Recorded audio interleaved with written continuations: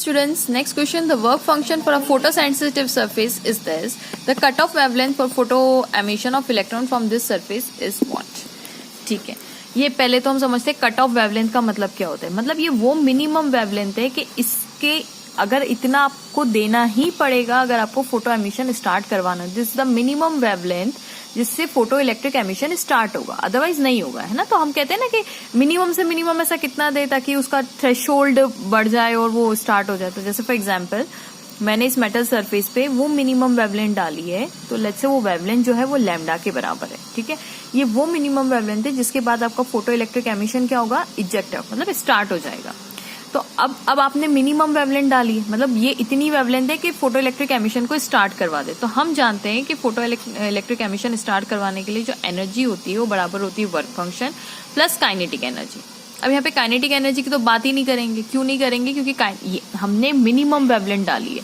That will be equals to the work function के इस wavelength से इस एनर्जी को जब आप देंगे, जो एनर्जी आप दे रहे हैं वो ई है, ये वो मिनिमम एनर्जी है. कौन सी? ये एच न्यू. ये वो मिनिमम एनर्जी है जिससे आपका photo electric emission just start होगा. तो वो स्टार्ट हो गया, मतलब that is equal to the threshold.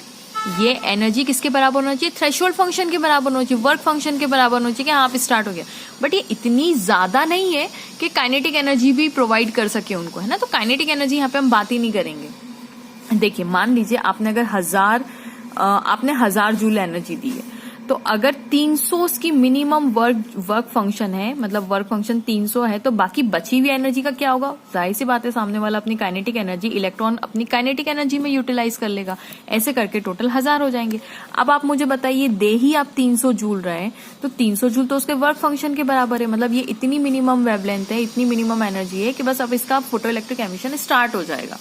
तो जाहिर सी बात है काइनेटिक एनर्जी में तो कुछ कन्वर्ट होगा नहीं, तो हम क्या लिखेंगे? Kinetic energy 0. बस यही यहाँ पे बात है. ठीक है, तो E इज इक्वल टू किसके बराबर हो जाएगा? वर्क फंक्शन फाई के. और E क्या होता है? एच न्यू होता है, दैट इज फाई. और ये हमें क्या दिया हुआ है? The work function for photosensitive surface, मतलब फाई की वैल्यू उन्होंने बोल के रखी 3.315 इलेक्ट्रॉन वोल्ट. ठीक है, अब न्यू की वैल्यू क्या हो जाएगी? H c by lambda. New frequency h c by lambda, है ना. इज इक्वल्स टू हम वर्क फंक्शन के बराबर कर देंगे. अब मैं बाकी का बचा हुआ यहाँ कर रही हूँ. तो देखिए, एच की जगह में लिख सकती हूँ 6.62 into 10 to the power minus 34 joule second. इसकी वैल्यू क्या लिख सकती हूँ? 3 into 10 to the power 8 metre per second. ये मेरी मिनिमम से मिनिमम कट ऑफ वेवलेंथ है, लेमडा. ठीक है, that will be equals to work function 5. तो 3.315 ईवी है. ठीक है, ईवी को मैं अभी नीचे लिख देती हूँ. ठीक है, तो यहाँ पे हम लोग कर देते हैं 6.62 into 10 to the power minus 34 into 3 into 10 to the power 8 divided by, इसको नीचे ले आइए, 3.315 eV is equals to lambda, है ना. वो मिनिमम वेवलेंथ जिसपे ये स्टार्ट हो गया, ये लैम्डा ही निकालना है. तो आप थोड़ा सा यहाँ पे हम देख लेते हैं. अच्छा, इसको ऊपर मल्टीप्लाई करेंगे तो इसका आंसर कितना आ जाएगा? 19.86. 6.62 into 3 into 10 to the power minus 34, तो कितना हो जाएगा? 26 हो जाएगा. ठीक है, और divided by 3.315 into 1.6 into 10 to the power minus 19. और ये ई की जगह, इलेक्ट्रॉन वोल्ट को हमें कन्वर्ट करना पड़ेगा ना, तो ई की जगह मैंने 1.6 into 10 to the power minus 19 रख दिया. ठीक है, स्टैंडर्ड में सबको कन्वर्ट करना पड़ेगा. अच्छा, अगर आप 3.15 और 1.6 को मल्टीप्लाई करते हैं तो you will get answer 19.86 into 10 to the power minus 26. अच्छा, ये अगर प्लस 19 को हम ऊपर भेज दे तो, है ना, ये माइनस 19 है, ऊपर जाके प्लस हो जाएगा. इसको करेंगे तो 5.304 आएगा, इन दोनों का multiplication. That will be equals to lambda. अब मैं अप्रोक्सीमेशन कर, यहाँ पे मैं एक्चुअल आंसर आपको बता देती हूँ. इसका जो आंसर आएगा दैट वुड बी 5.3. इसको अगर डिवाइड करते हैं आप तो आपका आंसर आ जाएगा 3.744. और ये करेंगे तो 10 टू द पावर माइनस 7, 26 में से 19 को माइनस करेंगे. ठीक है, अब ये अगर आप थोड़ा सा, क्योंकि ऑप्शंस में हमें नैनोमीटर देके रखा और ये किस में निकला है? मीटर के अंदर. तो आप देखिए यहाँ पे आपको डेसिमल को शिफ्ट करना पड़ेगा. तो 1 और 2, तो 2 डेसिमल अगर आप शिफ्ट करेंगे, क्योंकि 3 के इसमें आंसर दिया है ना, 9 नैनोमीटर में आंसर दिया, तो 2 डेसिमल शिफ्ट करेंगे तो 374, यहाँ पे 374.4 आ जाएगा. ठीक है, 1 2 3 इंटू 10 टू द पावर, अच्छा इधर शिफ्ट किया है तो पावर क्या होगी? ऐड होगी. तो -7 -2 metre is equal to lambda. तो ये कितना हो गया?